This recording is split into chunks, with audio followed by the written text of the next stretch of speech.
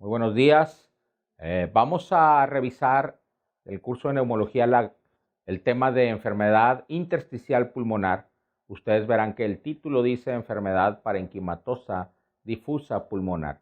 En realidad, este término tiene varias acepciones aceptadas.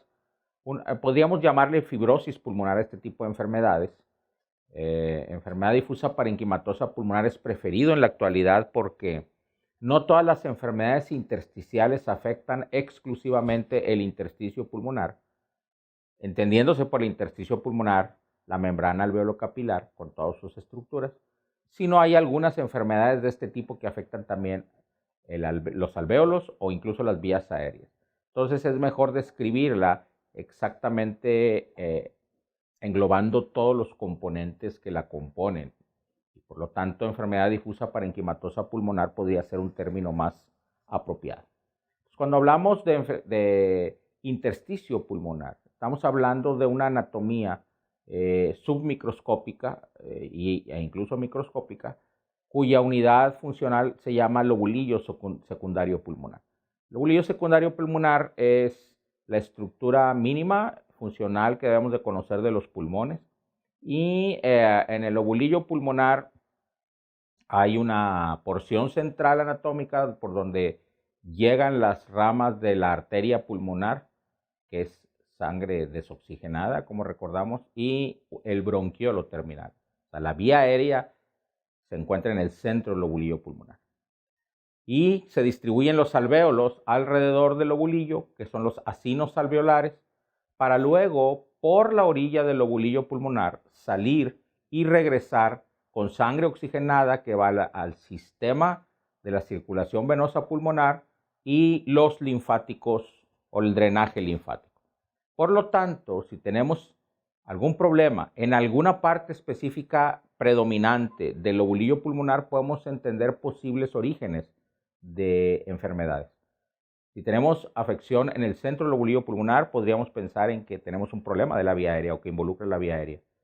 Si tenemos, o algo que determine diseminación hematógena. Si tenemos un problema en la periferia, pues ahí incluso agregaríamos el sistema linfático como origen de un problema, como en las diseminaciones linfagíticas de carcinomas.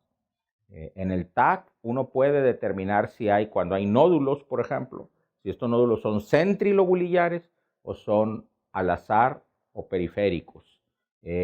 Ahorita no voy a describir un poco más de esto, más que se entienda la unidad funcional. Y esta unidad funcional, que digo que es submicroscópica, ese término es importante porque ahora con la resolución que tenemos de las tomografías axiales computarizadas, podemos ver incluso visualmente como un macro de un corte de patología pulmonar como vemos aquí. Observen cómo en el punto azul tenemos una afección exclusivamente centrilobulillar. La manera de saber que una afección es centrilobulillar no es que la veamos exactamente en el centro de cada lobulillo, sino que veamos que nunca toca la periferia, o sea que nunca toca la pared pleural. Si tenemos, por ejemplo, nódulos que tocan la pared pleural, esos ya no son centrilobulillares, son nódulos distribuidos al azar. Muy bien, de tal modo que en esta clase vamos a revisar muchas patologías que causan enfermedad difusa parenquimatosa pulmonar. Esta es una clase compleja y para propósitos de este curso voy a tratar de simplificarla lo más posible, entendiendo que cada uno de estos orígenes de enfermedad parenquimatosa pulmonar tienen, pues, para tener clases y clases y clases nada más de cada uno de ellos.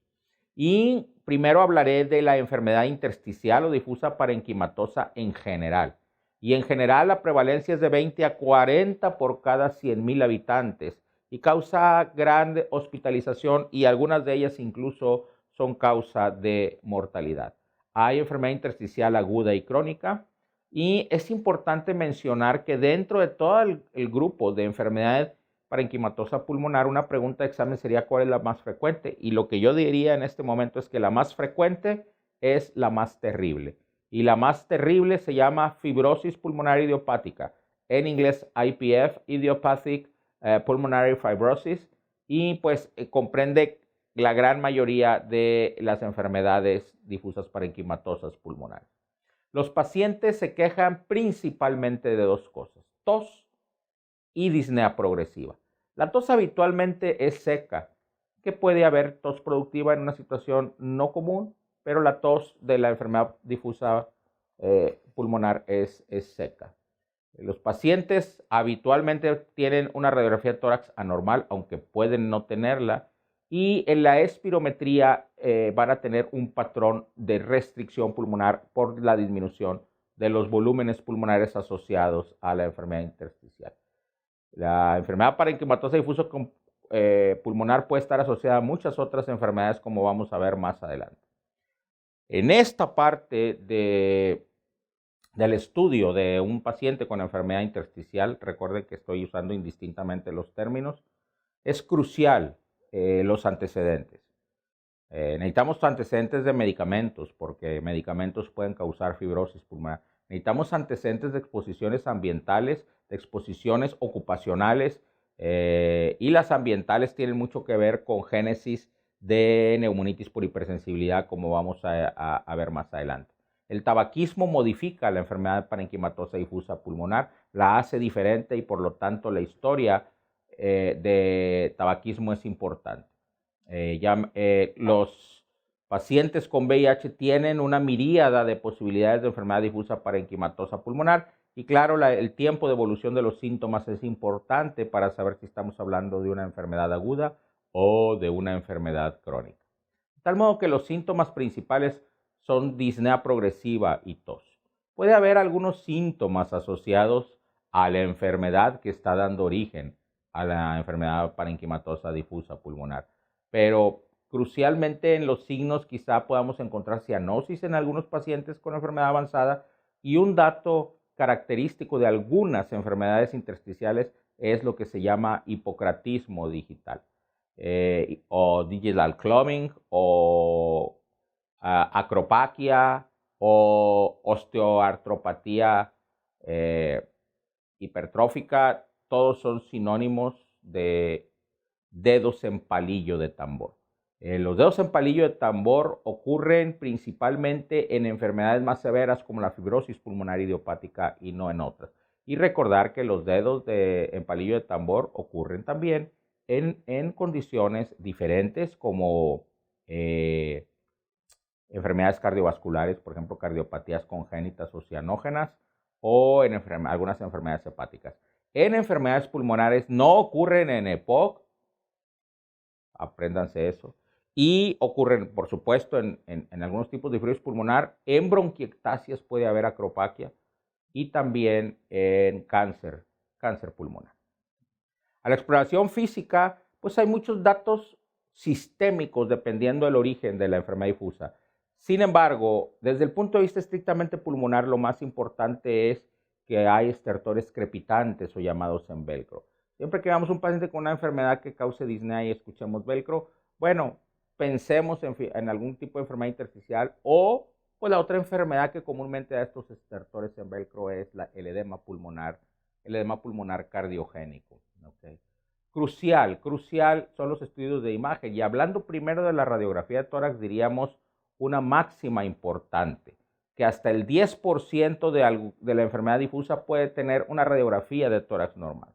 Pero cuando la radiografía no es normal, los patrones que vamos a observar principalmente son patrones de tipo reticular, de tipo intersticial.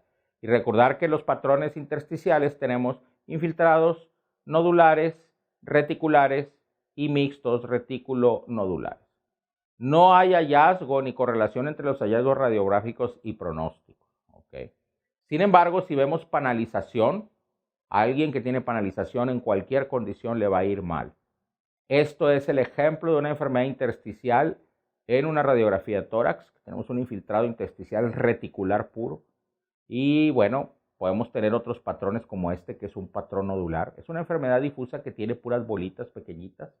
Hay patrones llamados micronodulares y son menores de 3 milímetros los nódulos. Pero el estudio crucial de la imagen en la enfermedad difusa es la tomografía axial computarizada de tórax. Necesita hacer una tomografía axial de alta resolución. Eso es muy importante, por eso dice AR. Y eso significa que los cortes o el área que estamos observando tiene un grosor menor a 3 milímetros, algunos son hasta de 1 milímetro, y entonces eso le da una definición mayor. No necesitamos contraste y a veces necesitamos tener cortes en expiración para hacer patente, por ejemplo, un problema de atrapamiento de aire, y a veces necesitamos también cortes en decúbito prono. Por ejemplo, aquí tenemos la fibrosis pulmonar idiopática. Tenemos datos de panalización, que son las bolitas que están adyacentes a la pleura, bronquiectasias de tracción, que son la radiolucidez que está vertical como si fuera un gusanito en el pulmón derecho, por ejemplo, y en el pulmón izquierdo hay otras. Tenemos ausencia de vidrio despulido. El vidrio despulido o vidrio delustrado es que el pulmón se vea como manchado de blanco, sin llegar a ser una opacidad completa. El vidrio delustrado, que su nombre lo dice, como en los vidrios que se delustran, habla de inflamación o alveolitis. En algunas condiciones es importante la presencia porque eso da pauta a poder esperar hacer algo con tratamientos. Pero cuando hay ausencia total de alveolitis y vemos pura fibrosis como en esta imagen, pues la posibilidad de mejoría con medicamentos que bloqueen la inflamación es muy baja. Vean cómo también podemos tener bronquiectasias de tracción.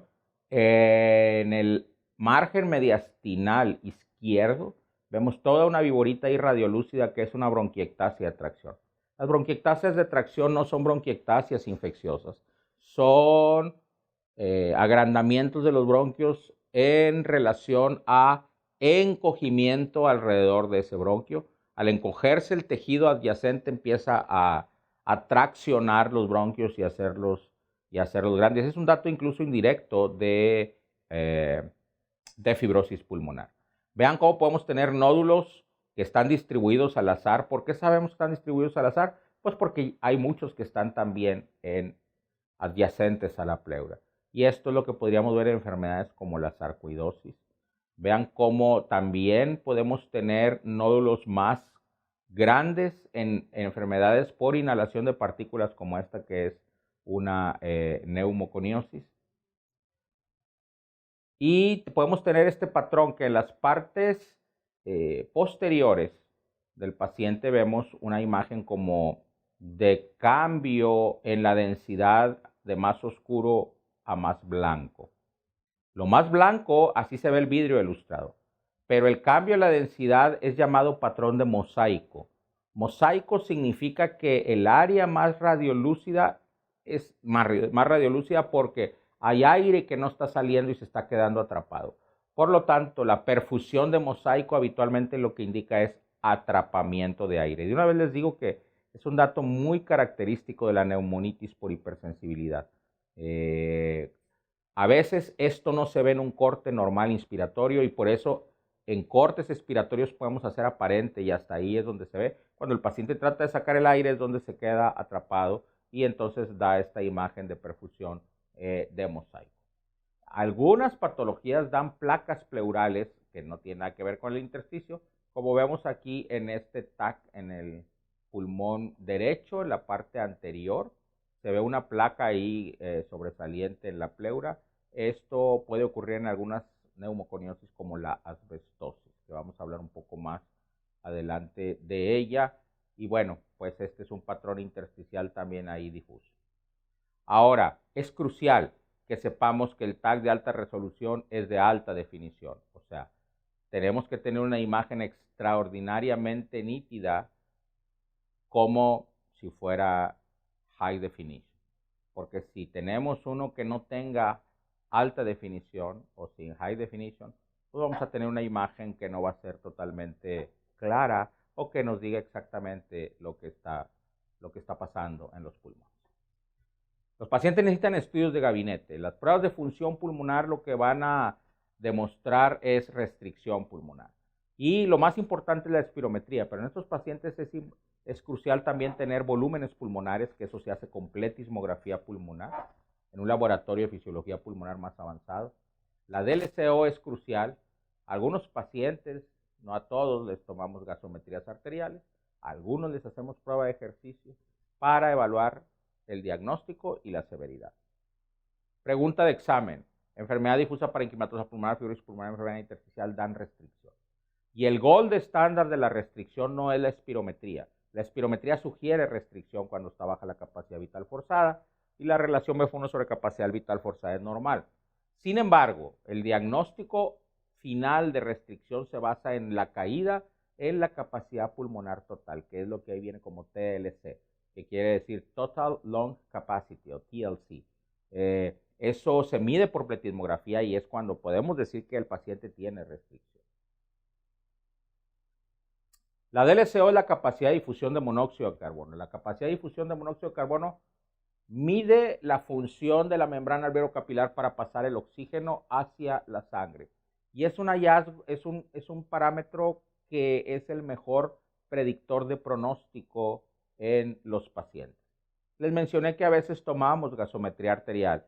Los pacientes en estadios avanzados tienen hipercapnia. Es importante ver si hay hipercapnia o no. Pero bueno, claro, pueden tener normoxemia o pueden tener hipoxemia nada más en actividad física. En tal situación la gasometría no nos diría qué es lo que está pasando. Sin embargo, el gold estándar del seguimiento clínico y de la evolución inicial se llama oximetría de pulso. La oximetría de pulso, recordar que nos dice un valor de saturación de la hemoglobina con oxígeno que puede correlacionar, dependiendo de la afinidad de hemoglobina a oxígeno, con la PO2.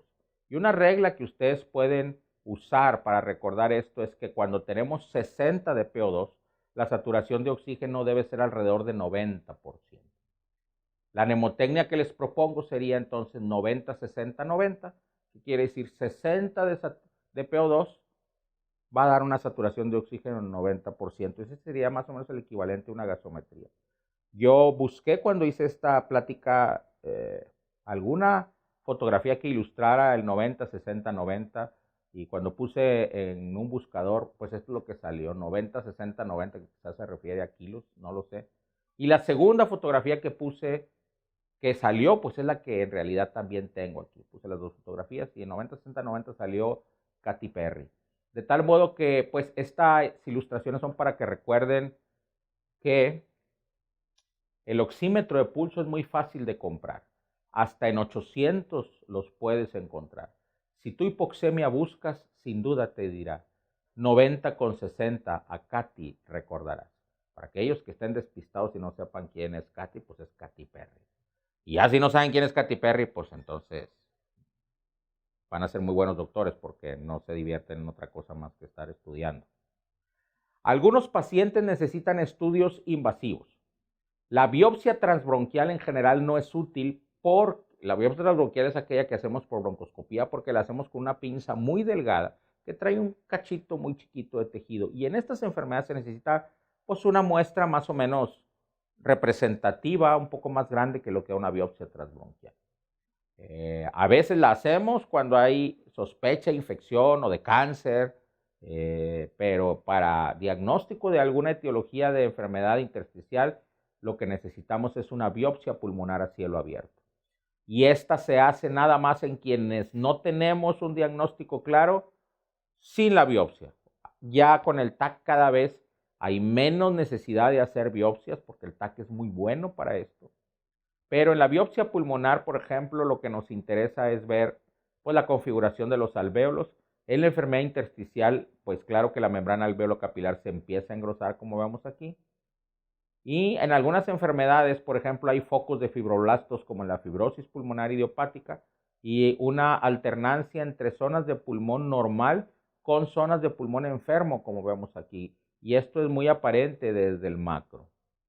Entonces, la biopsia se tiene que hacer con un procedimiento lo menos invasivo posible y lo que hacemos ahora es videotoracoscopía, la hace un cirujano de tórax y toma una cuña de tejido sin necesidad de hacer una toracotomía y así es como se hace la biopsia pulmonar en la actualidad. Tratamiento. El tratamiento depende de la causa de la enfermedad intersticial. Si es una causa asociada a alguna patología, pues el tratamiento va orientado a la causa original, sin duda. Pero la enfermedad intersticial no tiene mucho chiste cómo se trata. O se trata con esteroides, o se trata con inmunosupresores o con una combinación de estos. Esto se basa en la idea de que bajando las defensas o produciendo antiinflamación extrema, podemos atemperar una reacción inflamatoria que esté produciendo fibrosis. Desafortunadamente esto no es tan predecible. Uno da tratamiento y no hay manera de asegurar que vaya mejoría hasta ver qué pasa con el tiempo después del tratamiento. Y una cosa importante es que en la condición más terrible que se llama fibrosis pulmonar idiopática, esto no funciona. Y hay 2 medicamentos antifibróticos que han aparecido recientemente en la evidencia médica que sí pueden retrasar la evolución de la fibrosis, y estos se llaman pirfenidona y nintedanib. De tal modo que alguien que no tiene inflamación, como la fibrosis pulmonar idiopática, dar esteroides o inmunosupresores o citotóxicos lo que va a hacer es empeorar el pronóstico. Entonces es crucial, entendiendo esta diapositiva, que lo primero que tenemos que hacer es ver si el paciente no tiene la segunda condición y de ahí partimos para seguirlo estudiando. Si tiene la segunda condición, que a veces no necesitamos biopsia para eso, pues la única opción es dar estos medicamentos que, por cierto, son costosos. Los pacientes necesitan tratamiento de sostén. Si tienen el oxígeno abajo de 90%, hay que recibir oxígeno suplementario a las 24 horas. Todos los pacientes con enfermedad intersticial se benefician de rehabilitación pulmonar. Hay suficiente evidencia al respecto. La tos seca puede ser incapacitante y entonces dentro de los síntomas molestos que tenemos que tratar es quitar la tos.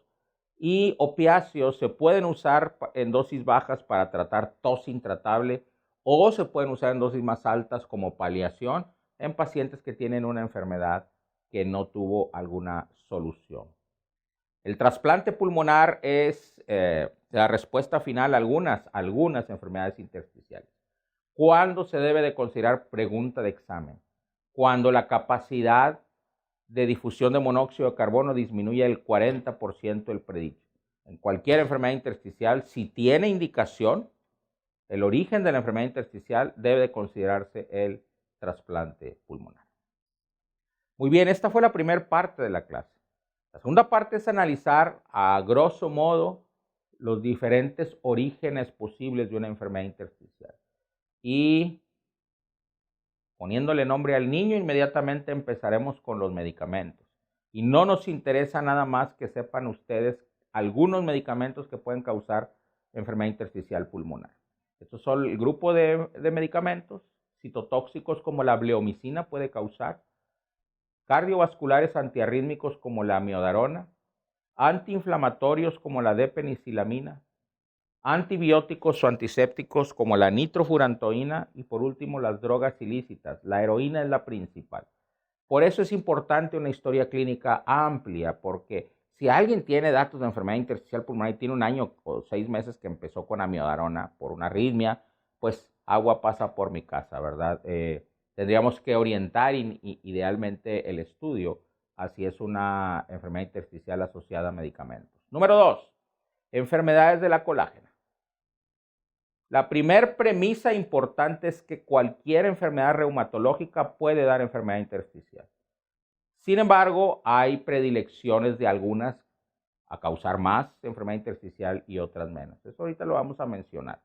Enfermedades reumatológicas, nada más recordar que tenemos a la artritis reumatoide, la esclerodermia, el lupus eritematoso sistémico, el síndrome de Sjögren, la enfermedad mixta de tejido conectivo, el llamado síndrome antisintetasa, que puede combinarse con polimiositis o dermatomiositis, y cuando es un síndrome antisintetasa, claro que lo que tenemos es engrosamiento de la piel de las manos, por ejemplo, a lo cual se le llama manos de mecánico. Eso da frecuentemente enfermedad intersticial. Y entonces, en el orden de ideas, la causa número 1 de fibrosis pulmonar en enfermedad reumatológica es la esclerodermia. La causa número 2 es la artritis reumatoide. Y la causa número 3 es el síndrome antisintetasa con su complejo de polidermatomiositis. Ahora, para hacer un poco más complejo esto, hay ciertos tipos de patrón histológico que se presentan causando fibrosis pulmonar en estos pacientes. Y esto sería una pregunta de examen. La causa más común histológica de alteración pulmonar por fibrosis o por enfermedad intersticial en colágenopatías se llama neumonía intersticial no específica. En inglés esto se le denomina NSIP, Non-Specific Interstitial Pneumonia, y en español, para la raza de sol, NINE, neumonía intersticial no específica. Esto sería una pregunta de examen. Sin embargo, hay otros patrones de fibrosis pulmonar que se pueden presentar y que son histológicos. El siguiente patrón es uno muy destructivo que se llama neumonía intersticial usual, que es el patrón histológico de la fibrosis pulmonar idiopática. También puede presentarse este patrón en colágenopatías. Y por último, algo que se llama neumonía criptogénica organizada, que antes se llamaba BOOP. BOOP quería decir Bronchiolitis Obliterans Organizing Pneumonia. Ha cambiado ese nombre, ahora se llama COP, Cryptogenic Organizing Pneumonia o neumonía criptogénica organizada. Apréndanse el primero nada más, con eso van a tener para que nadie les va a estar preguntando o atormentando con cosas más complejas que esto. El siguiente grupo son las enfermedades ocupacionales respiratorias. Y este es un patrón de diapositivas de, pues, el pasado ENARM. No sé el pasado, no sé de cuándo. Pero como me tocó dar esta clase, no era el ENARM, no me acuerdo de qué era. Así ahí dice arriba. No me acuerdo de qué. Pero bueno, total que tengo este patrón y es parte de una plática de este patrón que era con video, como estoy ahorita apareciendo en video. Nomás que ahí tenía un cuadrito para el video y pues no lo tengo en una diapositiva. Por lo tanto, entonces van a ver fotografías mías en cada una de estas diapositivas, porque yo soy el que estoy dando la plática. Y entonces tenemos como posibilidades de enfermedad ocupacional pulmonar la inhalación de polvos orgánicos, la inhalación de polvos inorgánicos, que de hecho es materia particulada, y también causa enfermedad ocupacional la hiperreactividad bronquial en algo que se llama asma ocupacional, que esto no tiene nada que ver con esta clase porque pues estamos hablando de enfermedad intersticial, pero los primeros dos sí. Y vamos a hablar primero de la alteración por polvos orgánicos, y a eso se le llama neumonitis por hipersensibilidad. Y esto es toda una cosa muy compleja, porque esto ocurre por inhalación de algo, alguna partícula que la persona tiene muchas veces asociada al trabajo, y cada una de esas partículas se le ha dado un nombre a la enfermedad, aunque a final de cuentas todas son neumonitis por hipersensibilidad. Por ejemplo, hay pulmón del granjero, en quien trabaja en granjas, pulmón de los cuidadores de pájaro, pigeon breeders, la proteína que causa la reacción inflamatoria es las heces de las aves. Por eso toda la historia de preguntar si tienen palomas o no los pacientes. El aire acondicionado tiene, aire lavado, perdón, tiene ahí en la humedad cierto hongo que puede producir una proteína que causa fibrosis. Vagasosis se le ha llamado a la enfermedad de los cortadores de caña. Hay también otro nombre clásico en estas personas que se llama sequiosis, que son trabajadores de acerrín o corcho. Trabajadores que recogen café pueden tener esta enfermedad. Trabajadores que exclusivamente con corcho la enfermedad se llama suberosis. Trabajadores con biocianatos, que son cosas químicas, no tiene un nombre en particular, pero también los trabajadores de la madera pueden tener una neumonitis por hipersensibilidad que termina en fibrosis pulmonar. La neumonitis por hipersensibilidad es una reacción antígeno-anticuerpo tipo de hipersensibilidad, tipo 3 o 4. Es diferente a una reacción alérgica común o normal, que es la que conocemos como ser tipo 1, y empieza a producir esto que son granulomas. Los pacientes, por lo tanto, empiezan a hacer una reacción inflamatoria con este tipo de granulomas en el tejido pulmonar que se va a manifestar en la imagen como nódulos, de tal modo que la enfermedad da nódulos. Y el patrón característico es también que, como afecta a los bronquiolos terminales, los cierra y entonces da este patrón que se llama en mosaico, que ya había mencionado. Vean qué bonito mosaico, con todo lleno de nódulos y mosaico. Si encuentro el antecedente de exposición a estas cosas que mencioné, alguna, cualquiera, y el paciente llega con tos y disnea y tiene este TAC con este patrón de mosaico, con nódulos centrilobulillares, vean cómo ninguno toca la periferia, pues esto es una neumonitis por hipersensibilidad que puede ser aguda o que puede ocurrir incluso en horas o una forma crónica. En algunos pacientes puede servir hacer un conteo celular de lavado broncoalveolar, donde vamos a encontrar un predominio de linfocitos. Por supuesto, los pacientes tienen restricción y DLCO baja. Puede llegar a fibrosis pulmonar y el tratamiento principal es retirar la exposición, quitar a la persona de estar oliendo el factor, y a veces con eso mejoran nada más. Si no mejoran, el tratamiento es dar un curso de esteroides a una dosis inmunosupresora, o sea, que eso significa una dosis de prednisona más o menos de 1 miligramo por kilo, al menos por 3 meses, y ver cómo le va al paciente. Muy bien. Terminamos con la neumonitis por hipersensibilidad. Las enfermedades ocupacionales, que son por polvos inorgánicos, vamos a hablar de 3, aunque hay más: carbonosis, silicosis y asbestosis. Y aquí es donde tiene importancia preguntar al paciente a qué se dedica, porque depende del trabajo, puede tener exposición a cualquiera de estas sustancias y tener una neumoconiosis. Vean cómo tenemos el asbesto ahí con los tinacos de asbesto y techos de asbesto. Ya casi no existe el asbesto por eso, porque aparte causa cáncer. Y vamos a hablar primero de la silicosis. Las sílicas son polvos microscópicos de 0.5 micras que cuando los vemos aquí se ven muy bonitos, pero ya estando grandotes pues no se notan. Y esto se puede inhalar en la industria del mármol, de la arena sílica. Vean cómo la persona está cortando, y esas personas, si no tienen protección, van a tener inhalación de sílice que va a ir a formar una silicólisis o aguda o crónica. La más descrita clásica es la silicosis crónica, que tiene patrones radiológicos muy específicos y que habitualmente ocurren esos patrones 15 años después del inicio de la exposición. Vean cómo tenemos infiltrado intersticial con micronódulos bilaterales, una afección más apical, periférica, y la clave, que es pregunta de examen, porque nada más en esta condición lo van a ver: nódulos, ganglios linfáticos mediastinales que se calcifican y dan una imagen que se ha llamado de cascarón de huevo. Imagen de cascarón de huevo, van a tener que contestar siempre silicosis, y eso ocurre ya en una silicosis crónica. La silicosis, vean cómo da una afección principalmente en los lóbulos superiores, y la silicosis se puede complicar a hacer masacotes de fibrosis, como vemos en estos dos casos, que tienden a ser o centrales o apicales. La otra forma de complicación de la silicosis es algo que se llama silicotuberculosis. La silicosis puede ocasionar, por algún mecanismo no bien entendido, mayor predisposición a infección por tuberculosis, y las dos cosas pueden existir y se le llama silicotuberculosis. Minas de carbón.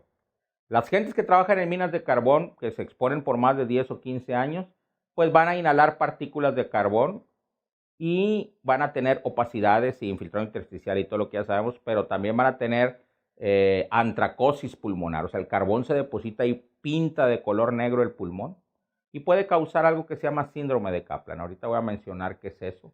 Y vamos a ver cómo es la antracosis pulmonar causada por esta neumoconiosis. Vean cómo está todo pintado de negro, los tejidos, hasta masacotes negros. Eso también lo causa el cigarro, por cierto, pero bueno, ahorita estamos hablando de carbonosis. Y el síndrome de Kaplan es una neumoconiosis por carbón que se asocia a artritis reumatoide.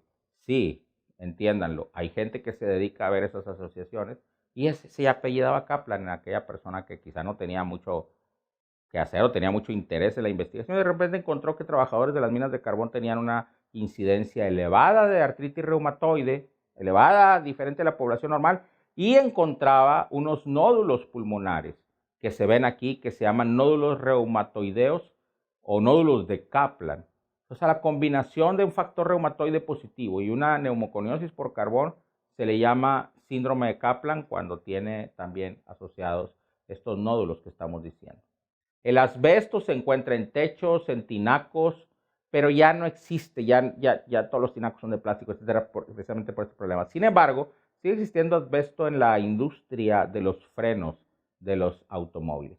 Y las partículas de asbesto que vemos aquí en un corte, pues van y se depositan en los pulmones y luego se depositan en las pleuras. Vean cómo ahí tenemos un tejido pulmonar lleno y forman estas placas pleurales, que asbestosis lo vamos a asociar siempre a riesgo de mesotelioma pulmonar, de mesotelioma y placas pleurales, y también de cáncer pulmonar y cáncer de esófago. Vean cómo se calcifican estas placas pleurales en un paciente con exposición a asbesto. La latencia es larga, de 10 a 20 años. Puede producir hipocratismo digital esta enfermedad, y ya mencionamos el mayor riesgo de cáncer pulmonar o de mesotelioma maligno. Muy bien, vamos a tomar aire. Ahora vamos con un grupo que es el más complejo, que se llama neumonías intersticiales idiopáticas. Las neumonías intersticiales idiopáticas son 7 condiciones histológicas y clínicas que se han descrito de neumonías de fibrosis pulmonar, que no tienen relación con todo lo demás. Sin embargo, para hacerlo más complejo, algunas de estas pueden acompañar algunas de las otras causas, como en la colagenopatía, pero puede ser una enfermedad por sí sola. Y tenemos estas 7. La más frecuente pregunta de examen es la fibrosis pulmonar idiopática, la más terrible. Y en segundo lugar, en frecuencia, es la neumonía intersticial no específica, que ya mencionamos en las colagenopatías, o NINE. Yo no los voy a atosigar con cada una de las descripciones de las 7 neumonías intersticiales idiopáticas, pero sí que tenemos que hablar de la fibrosis pulmonar idiopática, o IPF, que es un tipo de enfermedad crónica fibrosante pulmonar asociada con un patrón en la biopsia pulmonar o en el TAC que se llama neumonía intersticial usual. ¿Y qué es este patrón? Bueno, estos pacientes pueden tener hipocratismo digital, por supuesto, a la exploración física lo mismo, estertores crepitantes, y el patrón de neumonía intersticial usual en el TAC o en la biopsia, voy a hablar del de TAC principalmente, es ausencia de vidrio expulido, engrosamiento septal, que es lo que vemos aquí en este corte, que los septos lobulillares están empezándose a engrosar, panalización muy temprana, que son todos esos quistes que se ven ahí, es tejido pulmonar destruido como si fuera un panal de abeja. Esa localización de esa panalización es con predominio en las bases más que en los ápices pulmonares, o sea, tiene un gradiente ápico basal, así se le llama. Hay bronquiectasias de tracción, que ahí vemos algunas. Esto es un patrón de panalización que apenas está empezando. Y hay ausencia de vidrio expulido. Cuando nosotros tenemos todas estas características, decimos que tenemos un patrón de neumonía intersticial usual, sin duda. Y la fibrosis pulmonar idiopática es ese patrón en una persona que haga sentido sus síntomas. ¿Qué es hacer sentido? Patrón restrictivo. La edad es más frecuente en hombres, aproximadamente de 60 a 70 años o por ahí. Vean cómo se ven las bronquiectasias de tracción en un paciente con fibrosis pulmonar idiopática. Ahí tenemos bronquiectasis de tracción bebés que apenas están empezando. Y vean el predominio subpleural de la panalización. Bueno, esto es fibrosis pulmonar idiopática. Es terrible la fibrosis pulmonar idiopática. Vean cómo cuando es concordante la neumonía intersticial usual en el TAC con el cuadro clínico, pues la sobrevida a los 3 años es muy baja. Paciente que tiene una fibrosis pulmonar idiopática agresiva, que es lo más común, va a tener una posibilidad muy alta de morir antes de 3 años. Vean la diferencia con la neumonía intersticial específica, no específica, perdón, que está arriba, que los pacientes tiende a irles menos mal. Los pacientes con fibrosis pulmonar idiopática pueden morir también de algo que se llama agudización de la enfermedad, que son brotes de inflamación aguda dentro de la enfermedad. Y los medicamentos que usamos ahora, que ya les dije que eran el nintedanib y la pirfenidona, no curan la enfermedad, sino que disminuyen la progresión de la caída en la capacidad vital forzada. Los esteroides no funcionan en esta condición, como ya había dicho. Estos pacientes deben de ser conocidos por un grupo de trasplante justo cuando se hace el diagnóstico, de acuerdo a alineamientos internacionales. Ya hablé de las exacerbaciones agudas que ocurren en el 50% de los pacientes, y en una situación avanzada, pues pueden dar hipertensión pulmonar e insuficiencia respiratoria terminal. Doctora, ¿qué pasó con don Chanito, el paciente con enfermedad intersticial? ¿Le pidió el TAC? No, maestro, mejor le pedí una radiografía. Con eso tengo para hacer el diagnóstico. Poker face. ¿Pero le pidió espirometría? ¿Cómo está la DLCO? No, creo que solo aumenta el costo y puedo evaluarlo solo con la radiografía del estetoscopio. Hay que regresar a las bases de la medicina, hay que ser más clínicos. Doctora, pero estamos en el 2019. ¿Cómo puede saber el pronóstico del paciente? ¿Cómo sabrá qué darle de tratamiento? Pues le daré esteroides. A todos se les receta eso y como quiera Naiden, mejora nunca. Creo que usted está equivocado y hace mucho guato por algo que es tan sencillo.